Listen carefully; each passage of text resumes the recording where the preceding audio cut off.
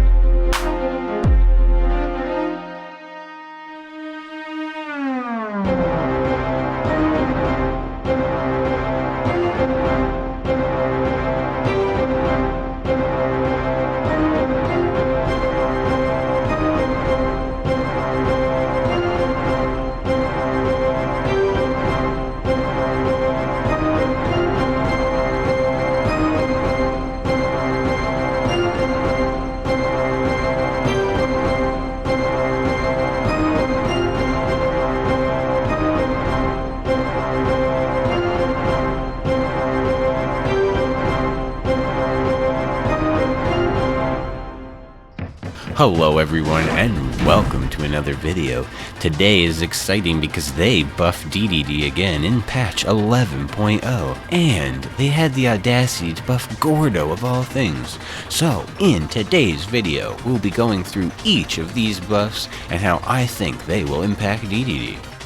GORDO now has reduced vulnerability, but by 2 frames. Yay. This is a buff I thought I'd never see. GORDO stick chance up from 50 to 60%.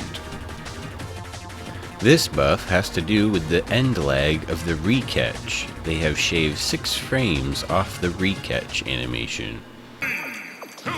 Okay, let's discuss these buffs over this match. Don't blink, here's the first discussion. Boom, you see that? 2 extra frames lets me run up and get a trig right off the bat.